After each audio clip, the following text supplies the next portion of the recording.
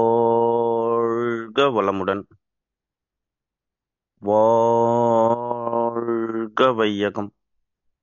அனைவருக்கும் ஆரோக்கியமான காலை வணக்கம். நல்லதே நடக்கும் சமூக நல அறக்கட்டளை முன்னெடுக்கும் மருந்தில்லா மருத்துவ வாழ்வியல் பயிற்சிகள். இதில் பெண்கள் நலம், குறிப்பாக கர்ப்ப காலத்தில் பெண்கள் கடைபிடிக்க வேண்டிய வாழ்வியல் முறைகள், வழிமுறைகள் என்னென்னவென்பதை பார்த்து வருகிறோம். கடந்த பதிவில் நாம் ஒரு தகவலை புரிந்து கொண்டோம். கர்ப்ப காலங்களில் இந்த 12 ராஜ உறுப்புகளில் சிறுநீரகம் என்று சொல்லக்கூடிய இந்த ராஜ உறுப்பு கர்ப்பப்பையை நேரடியாக பராமரிக்கும். அந்த கருப்பையில் வளரக்கூடிய சிசு அந்த குழந்தைக்கான ஆற்றலை ராஜ உறுப்புகளான மண்ணீரலும் கல்லீரலும் இணைந்து அதற்கு உதவி செய்யும். இந்த மண்ணீரல் சக்தியும் கல்லீரல் சக்தியும் இந்த கர்ப்பப்பைக்கு வேண்டும், அந்த சிசுவிற்கு வேண்டும் என்பதற்காகத்தான் இந்த கர்ப்ப காலத்தில் இருக்கக்கூடிய பெண்களுக்கு துவர்ப்பு சுவையும் புளிப்பு சுவையும் கூடுதலாக பிடிக்கும். அதோடு சேர்ந்து இனிப்பு சுவையும் அவர்கள் விரும்புவார்கள். வழக்கமாக தெரியும், கர்ப்பம் தரித்தால் அவர்களுக்கு சாம்பல் சாப்பிட வேண்டும் என்ற ஒரு உணர்வு ஏற்படும், ஒரு விருப்பம் ஏற்படும். பள்ளியில் மாணவர்கள் எழுதக்கூடிய பல்பம், சாக்பீஸ், வாசலில் இடக்கூடிய கோலமாவு, இதையெல்லாம் அவர்கள் விரும்பி சாப்பிடுவார்கள். அருகில் இருக்கக்கூடிய உறவினர்கள் அதை எதிர்த்தால் அவர்களுக்கு தெரியாமல் மறைவாக சாப்பிடுவார்கள்.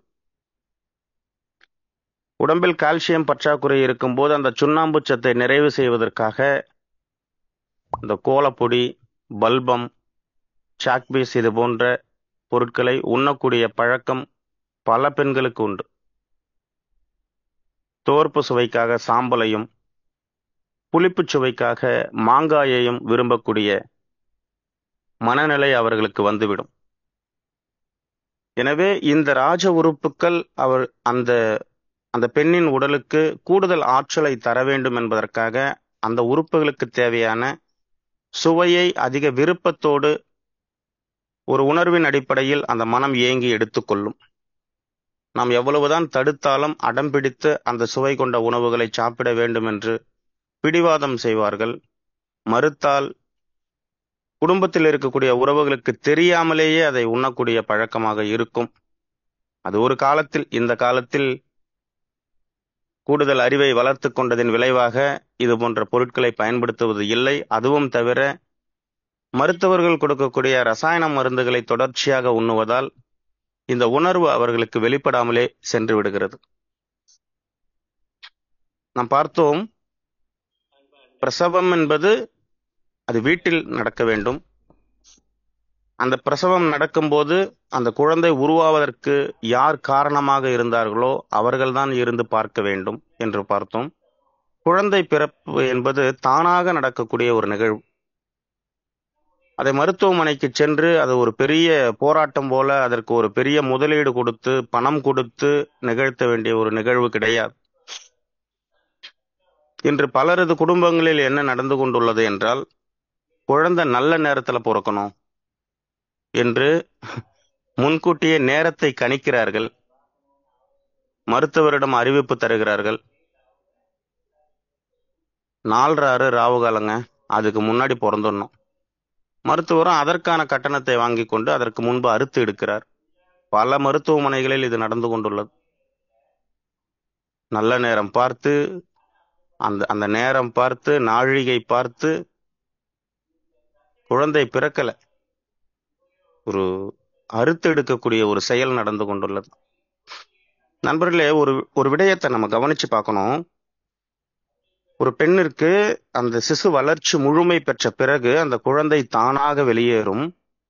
குழந்தை பிறந்து சில நேரம் சில மணித்துளிகள் பொறுத்து கொஞ்ச நேரத்துல குழந்தை போலவே மீண்டும் ஒரு உருவம் வெளியேறும். மீண்டும் ஒரு உருவம் வெளியேறும். அதுதான் அந்த அந்த கழிவு பை என்று சொல்லுவார்கள். அந்த அந்த குழந்தைக்கும் தாய்க்கும் இருக்கக்கூடிய ஒரு ஒரு உறவு எதுவென்றால் தொப்புள் கொடி. அந்த தொப்புள் கொடி உறவு தான் குழந்தையுடைய உடலிலும் தாயோடைய உடலிலும் இணைக்கப்பட்டு இருக்கும். அந்த குழந்தையின் உடலோடு சேர்ந்து அந்த அந்த அந்த கழிவு பை அடுத்து குழந்தை போல அது வெளியேறும். அது தாயின் உடலோடு இணைக்கப்பட்டு இருந்தது, இப்போது பிரிந்து வெளியேறுகிறது. நம்ம எல்லாருமே நினைப்போம், ஒரு கர்ப்ப காலத்தில் இருக்கக்கூடிய பெண் அவர்கள் விரும்பக்கூடிய உணவுகள் எல்லாம் அனைத்தையும் தர வேண்டும், நல்ல சத்தான உணவுகள் அவர்களுக்கு தர வேண்டும். காரணம், அந்த தாய் சத்தான உணவுகள் சாப்பிட்டால் அந்த சத்து குழந்தைக்கு போய் சேரும் என்பதற்காக, குழந்தை நன்றாக ஆரோக்கியமாக வளரும் என்பதற்காக நல்ல சத்தான உணவுப் பொருட்களை பிரத்யேகமாக தேடி தேடி அந்த தாய்க்கு கொடுக்கக்கூடிய ஒரு பழக்கம் உள்ளது. வயிற்றுக்குள்ள குழந்தை வளருது இல்லைங்க, அதுக்கு சத்து வேணும் இல்ல, அதுக்கு சாப்பாடு வேணும் இல்ல. தாய் சாப்பிட்டாதானே குழந்தைக்கு சாப்பாடு வந்து சேரும். வயிறு புள்ளத்தாச்சியா இருக்க, இப்படி சாப்பிடாம இருந்தா எப்படி? நல்லா சாப்பிடு, குழந்தைக்கு சாப்பாடு வேணாமா, குழந்தைக்கு சத்து வேணாமா, இப்படி வழக்கமாக பேசக்கூடிய வார்த்தைகள் உண்டு. அப்போ தாய் சாப்பிடக்கூடிய உணவு, உண்ணக்கூடிய உணவு குழந்தைக்கு போய் சேரும் என்ற ஒரு ஒரு மனநிலை நமக்கு உண்டு. இது உண்மையா என்றால் அதை நாம் தெரிந்து கொள்ளலாம். தொப்புள் கொடிக்கு கூடுதலாக வேறு ஒரு பெயர் உண்டு. அது என்னவென்றால் அது நஞ்சுக்கொடி. நஞ்சுக்கொடியில் உணவு செல்லுமா, நஞ்சு கழிவுகள் செல்லுமா? அந்த கொடி வழியாக உணவுகள் தான் செல்லும் என்றால் அதற்கு நஞ்சுக்கொடி என்று முன்னோர்கள் பெயர் வைத்திருக்க மாட்டார்கள். உணவு கொடி, உணவு குழாய் என்று பெயர் வைத்திருப்பார்கள். ஆனால் அதற்கு நஞ்சு கொடி என்று பெயர் வைத்திருக்கிறார்கள் என்றால் அந்த கொடி வழியாக, அந்த குழாய் வழியாக உணவு செல்லவில்லை, கழிவுகள் செல்லுகிறது, நஞ்சு செல்லுகிறது. அது எப்படி அந்த தாயோட வயிற்றுக்குள்ள குழந்தை வளர்ச்சியில நஞ்சு உருவாகும்? ஏற்கனவே நீங்க சொன்னீங்க, ஒரு சிசு வளரும் போது அந்த தாயின் உடல் முழுமையாக தூய்மை அடையும், வாந்தி உணர்வோடு அந்த கழிவுகள் அத்தனையுமே வெளியேறும். பிறகு எப்படி நஞ்சு உருவாகும் என்ற சந்தேகம் நமக்கு ஏற்படலாம். சாதாரணமா நகை கடையில போயிட்டு நம்ம நகை வாங்குறோம் அப்படின்னாக்கா செய்கூலி சேதாரம் போடுவாங்க. ஒரு ஒரு பிஸ்கெட் மாதிரி இருக்கக்கூடிய தங்கத்தை அதோட செப்பு சேர்த்து சில உலோகங்களை சேர்த்து ஒரு உருவமான ஒரு நகை செய்யும் போது அந்த நகை செய்ததற்கான கூலி செய்கூலி. அந்த நகை செய்யும் போது அங்கே சிறு சிறு தங்க துணுக்குகள் வந்துட்டு ஒதுங்கும், சேதாரமாகும். இது எல்லாத்தையும் நம்ம பொதுவாகவே தங்க நகைன்னு போக வேண்டாம், ஒரு உதாரணத்துக்காக அதை நம்ம பார்த்தோம். பொதுவாகவே எந்த ஒரு வேலை செஞ்சோம் அப்படின்னாலும் அங்க வந்துட்டு வேஸ்டேஜ் நிறைய போகும். ஒரு பொருளை நம்ம உற்பத்தி பண்றோம் அப்படின்னாக்கா அங்க நிறைய வேஸ்டேஜ் நடக்கும். இது எல்லா இடத்துலையுமே நடக்கும். அதுபோல 40 நாள் கரு வெறும் ரத்த கட்டியாக இருக்கு, 9 மாதங்களில் அது ஒரு முழு உருவம் பெற்ற ஒரு குழந்தையாக வளருது அப்படின்னாக்கா இந்த வளர்ச்சியில் பார்த்தோம் அப்படின்னாக்கா நிறைய வேஸ்டேஜ் நடந்திருக்கும். இந்த வேஸ்டேஜ் எல்லாமே அந்த நஞ்சுக்கொடி வழியாக, தாய் வழியாக வெளியேறும். இந்த நஞ்சுக்கொடி வழியாக மொத்தமாக ஒரு இடத்தில் சேகரித்து வைக்கப்படும். அதுதான் அந்த நஞ்சு பை. குழந்தை பிறந்த பிறகு அந்த குழந்தையோடு தொடர்போடு அந்த நஞ்சு பை மீண்டும் வெளியேறும். அந்த அந்த நஞ்சு பையில் என்ன இருக்கும் என்றால் அது நஞ்சு இருக்கும், பார்ப்பதற்கு நஞ்சு, ஆனால் குழந்தைக்கு அது தேவையான ஆற்றலை அந்த நஞ்சு பை முழுமையாக பெற்றிருக்கும். நஞ்சு பைன்னு பெயர் வைத்ததனால அதுல நஞ்சு மட்டும்தான் இருக்கும் அப்படின்னு நம்ம நினைப்போம். ஆனா குழந்தை வளர்ச்சிக்கு தேவையான ஆற்றல் அந்த நஞ்சு பையில் இருக்கும். குழந்தை பிறந்த பிறகு அந்த தொப்புள் கொடிக்கும் அந்த நஞ்சு பைக்கும் தாய்க்கும் இருக்கக்கூடிய அந்த தொடர்பு அப்படியே இருக்கும். இது என்ன நடக்கும் அப்படின்னாக்கா அந்த நஞ்சு பையில் இருக்கக்கூடிய குழந்தை பிறந்த பிறகு மீண்டும் குழந்தையின் உடலில் இருக்கக்கூடிய கழிவுகள் நஞ்சு பைக்கு கொண்டு வரப்படும், தள்ளப்படும். இந்த நஞ்சு பையில் இருக்கக்கூடிய ஆற்றல் தொப்புள் கொடி வழியாக குழந்தைக்கு போய் சேரும். இது இயல்பான பிரசவத்தில் நடக்கும். ஆனால் இன்று என்ன நடக்குது அப்படின்னாக்கா குழந்தை பிறந்த வெளியே வந்த உடனேயே தொப்புள் கொடி வெட்டப்படுகிறது. அந்த தொப்புள் கொடி வெட்டின உடனே குழந்தைக்கும் தாய்க்குமான அந்த உறவு துண்டிக்கப்பட்டு விடுகிறது. தொப்புள் கொடியை வெட்டிட்டு என்ன பண்றாங்க அப்படின்னாக்கா, அந்த நஞ்சு பையை எடுத்து பத்திரமா வச்சுக்கிறாங்க. பெற்றோர்களிடம் கொடுப்பது கிடையாது. அதை எடுத்து மருத்துவமனை நிர்வாகம் வைத்துக் கொள்கிறது. அதுல இருந்து என்ன பண்றாங்கிறத அடுத்து நம்ம பார்க்கலாம். இப்போ அதை அப்படியே நம்ம விட்டோம் அப்படின்னாக்கா, அந்த நஞ்சு பை கொஞ்சம் கொஞ்சமாக சுருங்க துவங்கும். இந்த தொப்புள் கொடி கொஞ்சம் கொஞ்சமாக சுருங்க துவங்கும். காரணம், ஆற்றல் முழுவதும் அந்த சிசுவின் அந்த குழந்தைக்கு செல்லுகிறது. ஆற்றல் செல்ல செல்ல இங்கு ஒரு சுருக்கம் ஏற்படும். ஒரு கட்டத்துல என்ன நடக்கும் அப்படின்னாக்கா, அந்த தொப்புள் கொடி காய்ந்து போக துவங்கும். காய்ந்து போயிட்டு தானாக துண்டிக்கப்படும். நம்ம கட் பண்ண வேண்டாம், தானா கட் ஆகும். அது வரைக்கும் காத்திருக்கணும். 9 மாதம் 9 நாட்கள் வயிற்றுக்குள்ள வைத்து காத்திருந்த நாம குழந்தை பிறந்த உடனேயே அதை அந்த அந்த தொப்புள் கொடியை துண்டித்து விட்டு அந்த குழந்தையை உறவினர்களுக்கு காட்டணும்ட்டு அவசரப்பட்டு அதை துண்டிக்கிறோம். இன்னும் கொஞ்ச நேரம், ஒரு 2 மணி நேரம் 3 மணி நேரம், ஒரு 5-6 மணி நேரம் காத்து கொண்டு இருந்தோம் அப்படின்னாக்கா, அந்த தொப்புள் கொடி தானாக காய்ந்து, சில குழந்தைகளுக்கு 2 நாட்கள் கூட ஆகும், தானாக காய்ந்து தானாக துண்டிக்கப்படும். இப்ப என்ன நடக்கும் அப்படின்னாக்கா, ஒட்டு மொத்தமாக அந்த நஞ்சு கொடியில் இருந்த ஆற்றல் முழுவதும் தொப்புள் கொடி வழியாக குழந்தைக்கு வந்திருக்கும். வாழ்நாள் முழுக்க அந்த குழந்தை ஆரோக்கியமாக இருக்கும். எங்க குழந்தை பிறந்த பிறகு அந்த நஞ்சு கொடியில் இருக்கக்கூடிய ஆற்றல் குழந்தைக்கு வந்தா குழந்தை வாழ்நாள் முழுக்க ஆரோக்கியமாக இருக்குமா? அப்படினால் ஆம், நிச்சயம் உண்மை. அந்த குழந்தை வாழ்நாள் முழுக்க ஆரோக்கியமாக இருக்கும். காரணம், அந்த தொப்புள் கொடியில் ஸ்டெம் செல்கள் என்று சொல்லுவார்கள். ஸ்டெம் செல்களுடைய பலம் என்ன அப்படின்னா, அதை எந்த பொருளோடு நாம் சேர்க்கிறோமோ அதுவாக அது மாறும். உதாரணத்துக்கு, ஸ்டெம் செல்களை சிறுநீரகத்தில் இருக்கக்கூடிய செல்களோடு நாம் சேர்த்தோம் அப்படின்னாக்கா அது சிறுநீரக செல்களாக மாறி செயல்படும்.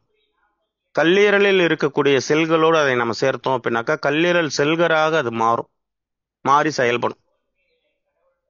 இதற்காகத்தான் குழந்தைகளுக்கு இடுப்பில் தாயத்தை கட்டி விடக்கூடிய ஒரு பழக்கம் இருந்தது. அந்த தாயத்தில் என்ன வைப்பார்கள் என்றால், அந்த குழந்தை பிறந்த பிறகு அந்த துண்டிக்கப்பட்ட துண்டான அந்த தொப்புள் கொடியை அந்த தாயத்துக்குள் வைத்து அந்த குழந்தையின் இடுப்பில் கட்டி விடுவார்கள். அந்த குழந்தை வளர்ந்து பெரியவர்களாய் மாறி அவர்களது வாழ்க்கையை அவர்கள் துவங்கும் போது, எதிர்காலத்தில் குழந்தைக்கு வயதான தருவாயில் உடலில் ஏதேனும் ஒரு பாதிப்பு வந்தால், தீர்க்க முடியாத ஒரு தொந்தரவு வருகிறது என்றால், அந்த சமயத்தில் அந்த தாயத்திற்குள் இருக்கக்கூடிய அந்த தொப்புள் கொடியை எடுத்து தூளாக்கி உணவோடு கலந்து உண்டுவிட்டால், அந்த உடல் பாதிப்பிலிருந்து முழுவதுமாக அந்த மனிதர் மீண்டு வெளிவந்து விடுவார், சரியாயிடும். இதுதான் சயின்ஸ். நம்ம முன்னோர்கள் இதை செஞ்சு வச்சிருந்தாங்க. ஆனா அவர்களை முட்டாள அப்படின்னு சொல்லிட்டு மருத்துவமனையில போயிட்டு குழந்தை பெற்றுக்கொள்ளும் போது இந்த தொப்புள் கொடி பாதுகாக்கப்படுகிறது. இதுல பெரிய கொடுமை என்ன அப்படின்னா, மருத்துவமனையில பணம் கட்டி அறுத்து எடுத்து குழந்தை பெத்தாச்சுன்னு சொல்ல முடியாது, குழந்தை எடுத்தாச்சு. மருத்துவமனையில பிறக்கிறதெல்லாம் குழந்தை பிறந்துருச்சுன்னு சொல்லவே கூடாது. குழந்தை பிறக்கிறதுனா அது தானா பிறக்கும். அறுத்து எடுக்கிறதுக்கு பேர் குழந்தை பிறக்கிறதே கிடையாது. குழந்தை எடுத்தாச்சு. எடுத்துட்ட பிறகு நம்ம குழந்தையுடைய அந்த தொப்புள் கொடியை பாதுகாக்கிறதுக்கு, பராமரிக்கிறதுக்கு அந்த மருத்துவமனை நிர்வாகம் நம்மிடம் இன்னும் கூடுதல் தொகை வாங்கக்கூடிய ஒரு கொடுமை நடக்குது. இந்த தொப்புள் கொடியை பத்திரமா வச்சிருக்கணும், அதுக்கு இவ்வளவு ஃபீஸ் இருக்கு. இந்த பத்திரமா வச்சிருந்து எப்ப நமக்கு திருப்ப தரப்போறாங்கன்னு தெரியல. அந்த தொப்புள் கொடியில் அவ்வளவு ஸ்டெம் செல்கள் இருக்கு. அதை பாதுகாத்து, அதை பராமரித்து, அதை பணமாக்கக்கூடிய ஒரு வேலையை இன்றைய நவீன மருத்துவம் செய்து கொண்டுள்ளது. நமக்கு தெரிந்த நட்பில் இருக்கக்கூடிய உறவினர்கள் எவரேனும் செவிலியர்களாகவோ அல்லது மருத்துவர்களாகவோ இருந்தார்கள் என்றால் அவர்களிடம் நாம் கேட்கலாம். அவர்கள் தெளிவாக நமக்கு கூறுவார்கள். ஹாஸ்பிட்டல்ல ஒரு குழந்தைய அறுத்து எடுத்துட்டீங்க அப்படின்னா அந்த தொப்புள் கொடி ஹாஸ்பிட்டலே வச்சுக்கிறது இல்லையா? அந்த தொப்புள் கொடி என்ன பண்ணுவீங்க என்று கேட்டால் மிக தெளிவாக அவர்கள் நமக்கு விடை தருவார்கள்.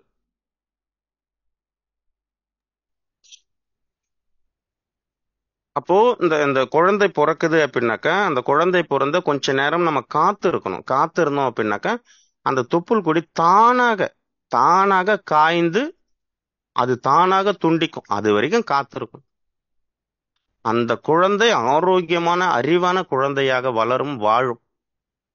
நம்ம தான் அதுக்கு வாய்ப்பே கொடுக்கல.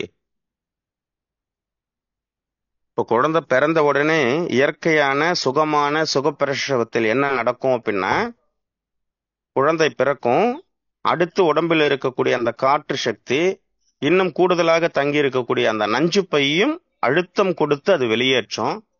அதுவும் வெளியேறின பிறகு காற்று முழுவதுமாக பிறப்புறுப்பு வழியாக உடலை விட்டு வெளியேறும். வெளியேறிடுச்சு அப்படின்னாக்கா அந்த பெண்ணின் வயிறு மட்டமா இருக்கும். குழந்தை உருவாகிறதுக்கு முன்னாடி எந்த அளவுல வயிறு இருந்ததோ அதே மாதிரி மட்டமா இருக்கும் அந்த தாயின் வயிறு, அந்த பெண்ணின் வயிறு. ஆனால் இங்க மருத்துவமனையில் வயிறை கிழித்து அறுத்து எடுக்கக்கூடிய ஒரு வேலை நடக்கும்போது அந்த குழந்தைய மட்டும் எடுத்துடுறாங்க, அந்த நஞ்சு பைய மட்டும் எடுத்துடுறாங்க. காற்று எப்படி எடுக்க முடியும்? மீண்டும் அங்க தையல் போட்டு விட்டுடுறாங்க. காற்று உள்ளேயே இருக்கு. அந்த காற்று உள்ளேயே சுழன்று கொண்டு இருக்கு. அதனால்தான் பிரசவத்திற்கு பிறகு பார்த்தோம் என்றால் அந்த தாயின் வயிறு மீண்டும் கர்ப்பமாக இருப்பது போலவே காட்சி அளிக்குது. இதில் பெரும் கொடுமை என்ன அப்படின்னா, தலைப்பிரசவம், முதல் பிரசவம், ஒருவேளை மருத்துவமனை நிர்வாகத்தின் அறிவுரைப்படி அறுவை சிகிச்சை செய்து குழந்தை எடுத்து விட்டால் அடுத்த குழந்தை நிச்சயமாக அறுவை சிகிச்சை செய்துதான் எடுக்க வேண்டும் என்ற ஒரு கட்டாயத்தை மக்களிடம் திணிக்கிறார்கள்.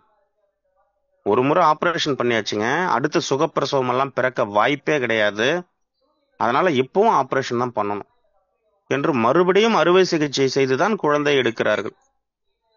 ஆனால் இயல்பாக சாதாரணமாக எளிமையாக விட்டோம் என்றால் முதல் குழந்தை அறுவை சிகிச்சை செய்திருந்தாலும் கூட இரண்டாவது குழந்தை சுகமாக பிறப்பதற்கு சாத்திய கூறுகள் உண்டு. பலருக்கு அந்த மாதிரி நடந்திருக்கு, ஆனா விடுறது கிடையாது.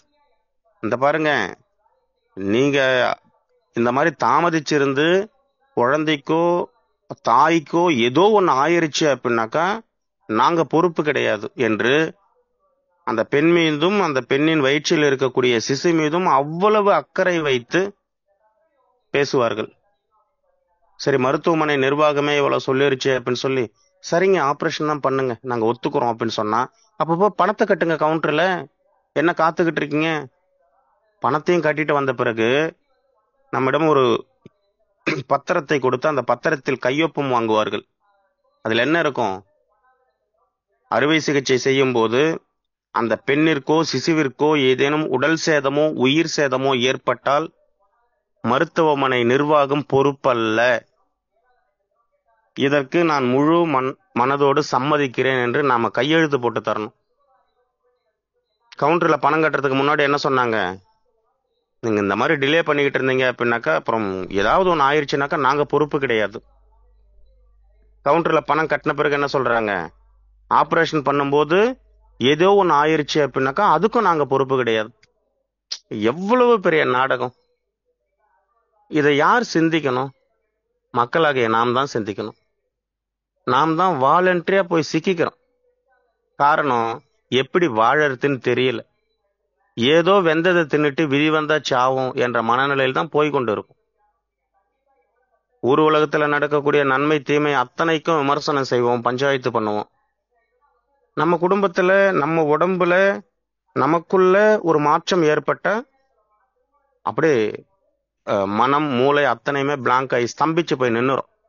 உடனே மருத்துவமனை வாசப்பல்ல போய் நின்றுவோம். டாக்டர் எனக்கு இந்த மாதிரி பண்ணுது. அவரும் வாங்க வெல்கம் என்று அழைத்து அவர்களால் என்னென்ன செய்ய முடியுமோ அவ்வளவும் செய்வார்கள். இதெல்லாம் வாழ்க்கை. வாழும் போதே வாழணும். உடம்புக்கு ஆரோக்கியம் குறைந்த பிறகு வாழணும்னு ஆசைப்பட்டு எப்படியாவது என் உடம்ப சரி பண்ணி கொண்டு வந்துருங்கன்னு கஷ்டப்படுறத விட ஒவ்வொரு வினாடியும் வாழும் போதே வாழணும். அதற்கு நம்ம என்ன பண்ணணும் அப்படின்னாக்கா, நம்ம உடலை நம்ம புரிந்து கொள்ளணும். உடல் என்ன சொல்லுது அப்படிங்கிறத நம்ம கொஞ்சமாவது கவனிக்கணும். உடலின் மொழியை நம்ம உற்று நோக்கணும். அது அழகா நம்மிடம் பேசும். எந்த நேரத்துக்கு என்ன பண்ணணும், எப்பப்ப பசிக்குது சாப்பிடு, இல்ல இல்ல நான் ரொம்ப பிஸியா இருக்கேன், வேலையில ரொம்ப பிஸியா இருக்கேன், இப்ப நான் சாப்பிட முடியாது, என் ஷிஃப்ட் முடியல அப்படின்ட்டு பசியை நாம் புறக்கணித்து வந்தால் ஒரு கட்டத்துல நமக்கு சாப்பிட்றதுக்கு நிறைய பொருள் இருக்கும், ஆனால் பசியே வராது. நம்ம என்ன கொடுத்தோமோ அந்த உடலுக்கு அது மிக அழகாக திரும்பி அதிகமாக அந்த உடல் நமக்கு கொடுக்கும். எனவே உடலின் உணர்வுகளை நாம் புரிந்து கொள்ள வேண்டும். உடல் என்ன அறிவிக்குது, உடலுடைய தேவை என்ன, உடலுக்கு பல தேவை இருக்கு, அதை அத்தனையுமே உடல் தானாக எடுத்துக்கொள்ளுது. நம்மிடம் சில விஷயங்களை மட்டும் ஒப்படைச்சிருக்கு. பசிக்கு உணவு, தாகத்திற்கு தண்ணீர், இரவு தூக்கம், தேவைக்கு ஓய்வு. இது நாம தான் நம்ம உடம்புக்கு தரணும். இந்த 4 தகவல்களையே உடல் கேட்டு நாம் கொடுக்க முடியாம தவிர்த்து வந்தா, புறக்கணித்து வந்தா, இந்த உடலிடமிருந்து ஆரோக்கியத்தை மட்டும் எப்படி நம்மளால எதிர்பார்க்க முடியும்? ஆனால் இதையே நம்ம சரியா கொடுக்கல அப்படின்னாலும் இந்த உடல் நம்மை மன்னித்து நமக்கு தேவையான ஆரோக்கியத்தை தொடர்ச்சியாக நமக்கு கொடுத்து கொண்டே இருக்கு. அதுதான் உடல், அதுதான் நம்முடைய உடல். அவ்வளவு மன்னிக்கும் தன்மை கொண்டது நமது உடல். ஆனால் மனம் இருக்கு பாத்தீங்களா, மன்னிக்கவே மன்னிக்காது. ஒரு செயல் நடந்துருச்சு அப்படின்னாக்கா அதை மனசுக்குள்ள அவ்வளவு ஆழமா பதிய வச்சுக்கும். 10 வருஷம் பொறுத்து கூட அந்த செயலை சொல்லி காட்டும். உடலையும் மனதையும் நாம் நமது கட்டுப்பாட்டில் வைத்துக் கொண்டால், அந்த அந்த மனதின் உணர்வுகளுக்கும் உடலின் உணர்வுகளுக்கும் நாம் மதிப்பளித்தால், மிக அழகாக நமக்கு திரும்ப சுகத்தையும் ஆனந்தத்தையும் ஆரோக்கியத்தையும் அளவில்லாமல் திருப்பி கொடுப்பதற்கு இந்த உடல் தயார் நிலையில் உள்ளது. மருத்துவமனை நிர்வாகத்திற்கு பிரசவத்திற்காக எதற்காக நாம் செல்லுகிறோம் என்றால், வீட்டில் பிரசவம் நடந்தால் ஏதாவது ஒன்று நடந்துவிடும், நடந்துவிட்டால் என்ன செய்வது ஒன்று. அடுத்து, இந்த வலியை எல்லாம் நம்மால் பொறுத்து கொள்ள முடியாது மற்றொன்று. மூன்றாவது, கர்ப்பம் தரிப்பது உறுதியான நேரத்திலிருந்து ஒவ்வொரு மாதமும் மருத்துவமனைக்கு சென்று ஸ்கேன் செய்து பார்த்து அந்த குழந்தையின் வளர்ச்சி எவ்வாறு உள்ளது என்பதை கணித்து கொண்டே வரும்போது, அந்த மருத்துவர்கள் கொடுத்த ஆலோசனை, அவர்கள் கொடுத்த மருந்து மாத்திரைகள் அதை உண்டு வரும்போது இயல்பாக நம் உடல் உணரும் தன்மையை இழந்து விடுகிறது. எனவே மருத்துவமனையில் அந்த குழந்தை பிறப்பதற்கான நேரம் நிர்ணயிக்கப்படுகிறது. அந்த நேரத்திற்குள் மருத்துவமனைக்கு நாம் சென்று விட வேண்டும். அங்கு பிரசவம் செய்யப்படுகிறது, அங்கு செய்யப்படுகிறது, குழந்தை அறுத்து எடுக்கப்படுகிறது. இப்போ வலியை பொறுத்து கொள்ள முடியாது என்று மருத்துவமனையில் அறுவை சிகிச்சை என்ற ஒரு முறையை உறுதிப்படுத்திவிட்டால், அந்த அறுவை சிகிச்சை சமயத்தில் வலி தெரியக்கூடாது என்பதற்காக அவர்கள் ஒரு உணர்வு நிலையிலே இருந்தார்கள் என்றால், உடலை அறுத்து எடுக்கும் போது உடல் அந்த உயிர் அந்த உடலில் இருக்காது. உடலை அறுக்கும் போது, உடலை சிதைக்கும் போது உயிர் அங்கு இருக்காது, வெளியேறிடும். இது மருத்துவர்களுக்கு தெரியும்.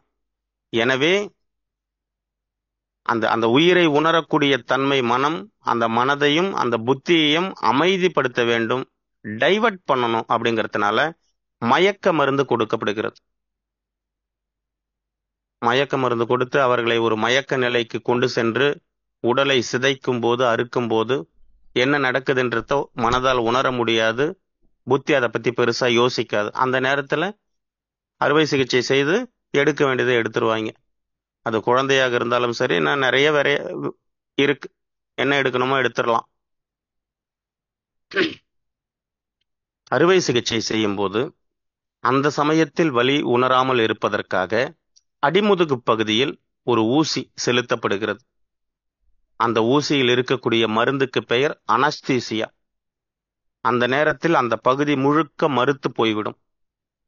மறுத்து போன பகுதியில் என்ன செய்தாலும் தெரியாது. அப்ப அந்த மறுத்து போன நிலையில் அந்த மயக்கம் தெளிவதற்கு முன் அறுத்தெடுத்து அறுவை சிகிச்சை செய்து முடித்த பிறகு படிப்படியாக மயக்கம் தெளிந்து இயல்பு நிலைக்கு திரும்புவார்கள். வலியில்லாமல் பிரசவம். மகிழ்ச்சி, அனைவருக்கும் மகிழ்ச்சி. தாயும் சேயும் நலம். பிறகு அந்த சமயத்தில் வழி தெரியாமல் இருப்பதற்காக அடிமுதுகு பகுதியில் ஒரு மருந்து செலுத்தப்பட்டதல்லவா? அந்த மருந்தை உடல் ஏற்குமா என்றால் ஏற்காது. காலச் சூழ்நிலையை பார்க்கும். படிப்படியாக படிப்படியாக அந்த மருந்தை வெளியேற்ற முயற்சி செய்யும். அந்த சமயத்தில் அந்த அனஸ்தீசியா கொடுக்கப்பட்டது எதை பாதிக்கும் என்றால், உடலில் இருக்கக்கூடிய ராஜ உறுப்புகளில் முதலாவதாக சிறுநீரகங்களை தாக்கும், சிறுநீரகங்களை பாதிக்கும்.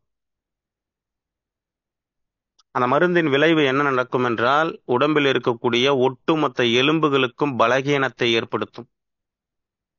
அந்த குழந்தை பெத்துக்கிட்ட அந்த அந்த அனஸ்தீசியா செலுத்தி கொண்ட அந்த பெண் 2 ஆண்டு, 3 ஆண்டு, 4 ஆண்டு, 5 ஆண்டு, 10 ஆண்டு, 15, 20 ஆண்டுகள் பொறுத்து கூட அந்த அனஸ்தீசியாவின் வீரியம் செயல்படும். குனிஞ்சு ஒரு குடம் தண்ணி எடுக்க முடியாது. பின்னாடி இருந்து யாரோ பிடிச்சி இழுக்கிற மாதிரி இருக்கும். அவ்வளவு வீரியம் கொண்டது அந்த அனஸ்தீசியா. அறுவை சிகிச்சை சமயத்தில் செலுத்தப்படுகிறது. இந்த உடல் கொஞ்சம் கொஞ்சமாக சூழலை பொறுத்து அந்த அந்த ரசாயன மருந்தை வெளியேற்ற முயற்சி பண்ணும். அது வரைக்கும் அவர்களது உடம்புல கொடுமை, அந்த அவஸ்தை நடந்து கொண்டே இருக்கும். அவர்கள் இந்த இயற்கை வழி வாழ்வியல் முறைகளை முறையாக சரியாக கடைபிடிக்க துவங்கினார்கள் என்றால் 15, 20 ஆண்டுகளில் வெளியேறக்கூடிய அந்த ரசாயன கழிவு 3, 4, 5 ஆண்டுகளில் வெளியேறுவதற்கு வாய்ப்புகள் உள்ளது. நான் மருத்துவமனைக்கு போயிட்டு இந்த உடம்புக்கு என்னென்ன சித்திரவதைகள் செய்யணுமோ அத்தனையும் செய்து விடுவேன். ஆனால் என் உடல் எனக்கு ஆரோக்கியத்தை, அமைதியை, சாந்தத்தை, சந்தோஷத்தை தர வேண்டும் என்றால் எப்படி சாத்தியம்? இந்த உடம்புக்கு நம்ம என்ன கொடுத்தோமோ அதுதானே அது பன்மடங்கு திருப்பி கொடுக்கும். இந்த புரிதல் நமக்கு வந்துருச்சு அப்படின்னாக்கா எந்த சிக்கலும் நமக்கு கிடையாது இல்லைங்களா? அது பணக்காரர் ஏழை யார் என்றும் பார்க்காது. ரசாயன மருந்துகள் அது என்ன வேலை செய்யணுமோ அந்த வேலையை செய்யும். முன்பொரு காலத்தில் குழந்தைகள் அனைவரும் வீட்டில் பிறந்தார்கள். எந்த வீட்டில் பிறந்தாங்கன்னா தாத்தா வீட்டில் பிறந்தாங்க. தலைப்பிரசவம் அங்கதான் நடக்கும். தாயின் அரவணைப்பு அதிகமாக வேண்டும் என்பதால் தலைப்பிரசவம் அம்மா வீட்டில் நடக்கும். குழந்தைகள் அனைவரும் வீட்டில் பிறந்தார்கள். தாத்தா வீட்டில் பிறந்தார்கள். அவர்கள் பள்ளி படிக்கும் போது விடுமுறை காலங்களில் தாத்தா பாட்டி வீட்டிற்கு சென்று வந்தார்கள். இன்று குழந்தைகள் அனைவரும் மருத்துவமனையில் பிறக்கிறார்கள். தாத்தா பாட்டி வீட்டுக்கு செல்வதை விட கூடுதலாக மருத்துவமனைக்கு தான் தொடர்ந்து சென்று கொண்டிருக்கிறார்கள். முன்பொரு காலத்தில் குழந்தைகள் வீட்டில் பிறந்தார்கள். அவர்களது மரணம் வீட்டில் இருந்தது. வீட்டில் பிறக்கும் போது சுற்றியும் சுற்று வட்டார உறவுகள், சொந்த பந்தங்கள் அத்தனையும் சூழ்ந்திருந்தது. அனைவரும் ஆனந்தத்தோடு அந்த குழந்தையை வரவேற்றார்கள். அவர்களது மரணம் வீட்டிலேயே இருந்தது. குழந்தை பிறந்தது வீட்டில், வளர்ந்து வாழ்ந்தது வீட்டில், இறுதி காலம் மரணம் வீட்டில் இருந்தது. வீட்டில் மரணிக்கும் போது சொந்த பந்தங்கள் அத்தனையும் அழைத்து மரண சாசனத்தை கூறிவிட்டு சென்றார்கள். அத்தனை உறவுகளையும் இறுதி நேரத்தில் கண்ணால் பார்த்துவிட்டு வாழ்க்கையை கடத்தி சென்றார்கள். ஆனால் இன்று குழந்தை மருத்துவமனையில் பிறக்கிறது. அதன் இறுதி காலம் மருத்துவமனையிலேயே முடிகிறது. ஒரு ஐசியூ வார்டுல, யாரும் இல்லாத ஒரு தனி அறையில, இறுதி நேரத்துல சொந்தங்களுக்கு என்ன சொல்லணும்னு கூட சொல்ல முடியாம அந்த வேதனையோடு மரணிக்கக்கூடிய ஒரு நிலை வருது. இதற்கு காரணம் உடல் மீது மனித அறிவு. இந்த நவீன மருத்துவம் கொடுத்திருக்கக்கூடிய அறிவுரை, இதை தொடர்ச்சியாக கேட்பதின் விளைவு. நம் உடல் மீது நாம் அக்கறை செலுத்த வேண்டும், நாம் அக்கறை கொள்ள வேண்டும். இதை நாம் புரிந்து கொண்டு இனிவரும் காலங்களில் இந்த வாழ கிடைத்த மனித வாழ்க்கையை ஆனந்தமாக, ஆரோக்கியமாக, சுகமாக, நோயின்றி நீண்ட நாட்கள் வாழ வேண்டும் என்றால் நாம் ஒவ்வொருவரும் நம் உடல் மீது முழு கவனம் செலுத்த வேண்டும், அக்கறை கொள்ள வேண்டும். தொடர்ந்து உடல் சார்ந்த, ஆரோக்கியம் சார்ந்த தகவல்களை நாம் பகிர்ந்து கொள்வோம். இன்று இந்த தகவலை தங்களோடு பகிர்ந்து கொள்வதற்கு எனக்கு ஒரு வாய்ப்பினை வழங்கிய இந்த இயற்கைக்கும் பிரபஞ்சத்திற்கும் நல்லதே நடக்கும் சமூக நல அறக்கட்டளைக்கும் PPS ஸ்பீட்காஸ்ட் நிர்வாகத்திற்கும் தங்கள் அனைவருக்கும் நன்றி கூறி விடைபெறுகிறேன். நன்றி, வணக்கம். நல்லதே நடக்கும். நண்பர்களே, இன்றைய பதிவு குறித்து ஒரு நபர் மட்டும் தங்களது கருத்துக்களை பதிவிடலாம்.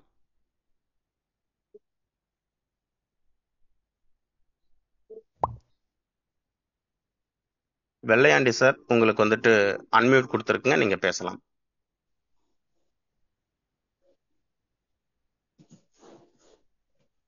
சார். வணக்கம் சார், சொல்லுங்க.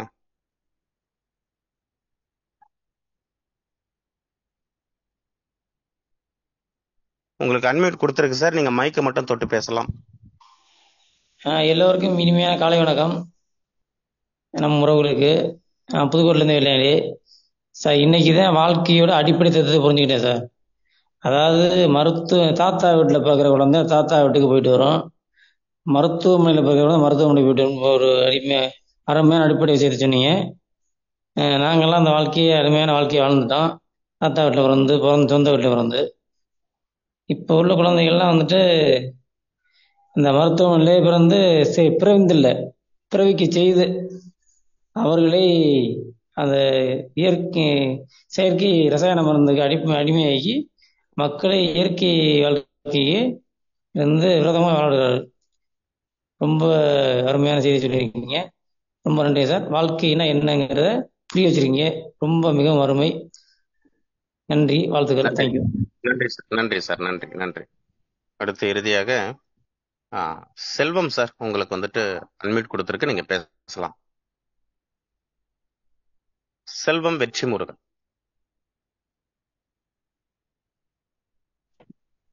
சார் கேக்குதுங்களா சார்? வணக்கம், கேக்குதுங்க. அனைவருக்கும் வணக்கம். சரி, இப்ப நீங்க டெலிவரி ஆகும்போது ஹாஸ்பிட்டல்ல வந்து பிரசவம் ஆப்ரேஷன் பண்ணி எடுக்கும்போது குழந்தைய எடுத்துறாங்க. ஆனா ஏர் மட்டும் அப்படி இருக்கு. திரும்ப மீண்டும் குழந்தைய உள்ள இருக்கும்போது எப்படி வயிறு இருந்தது அதே மாதிரி பெருசா இருக்கும் அப்படின்னீங்க. அந்த ஏர் எப்படி சார் வெளியே எடுக்கிறது? அது இயற்கையா நடக்கும்போது தானாக வெளியேறும். அறுவை சிகிச்சைக்கு போனாக்கா அது உள்ளுக்குள்ளே சுழற்சியாகத்தான் இருக்கும். அடுத்து அவர்களது வாழ்வியல் முறைகள், அதை அவங்க ஃபாலோ பண்ணும்போது அந்த ஏர் வந்துட்டு வெளியேறும். இங்க என்னன்னாக்கா, அறுவை சிகிச்சை செய்த பிறகு குனியக்கூடாது, நிமிரக்கூடாது, கனம் தூக்கக்கூடாது, நீண்ட தூரம் நடக்கக்கூடாது என்ற ஒரு மனநிலையை புகுத்து விடுகிறார்கள். அதனால அவங்களுடைய இயல்பான இயக்கமே வந்து தடைபடுது. அதனால அவங்களுக்கு